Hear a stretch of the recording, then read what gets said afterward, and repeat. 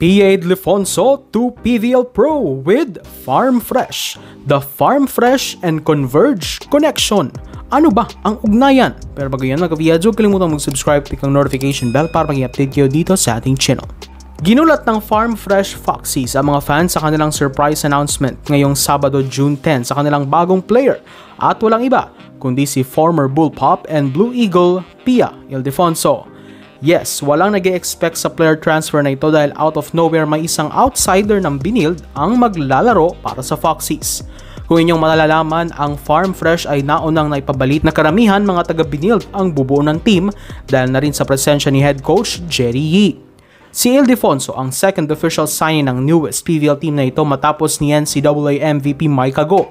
Pero sa mga susunod na araw nakatakda na rin marahil i-anunsyo ang karamihan sa binild core at ilang mga outside binild players na napili ni Coach Jerry para sa kanyang kupunan.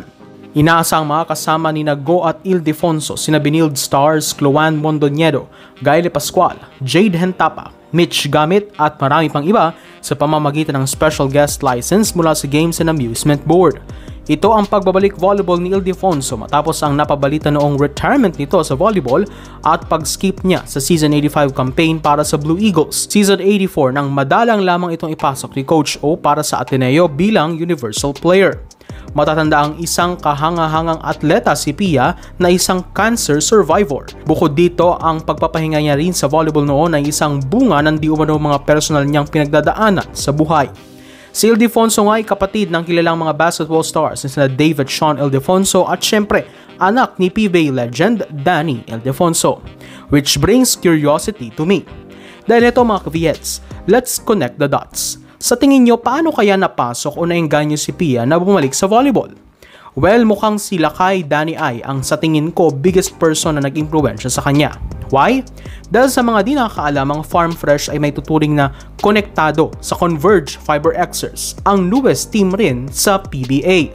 Sa katunayan ng lumalabas pa lang noon ang balita na may bagong PVL team, akala natin ay Converge ang papasok, kundi ito'y Farm Fresh pala.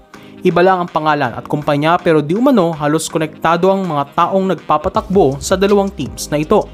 Sa mga di nakakaalam, bahagi si Danny Ai ng coaching staff ng Converge sa PBA at naka-enlist pa bilang isang active player na isa sa mga pinakamatatandang player sa roster ng Converge.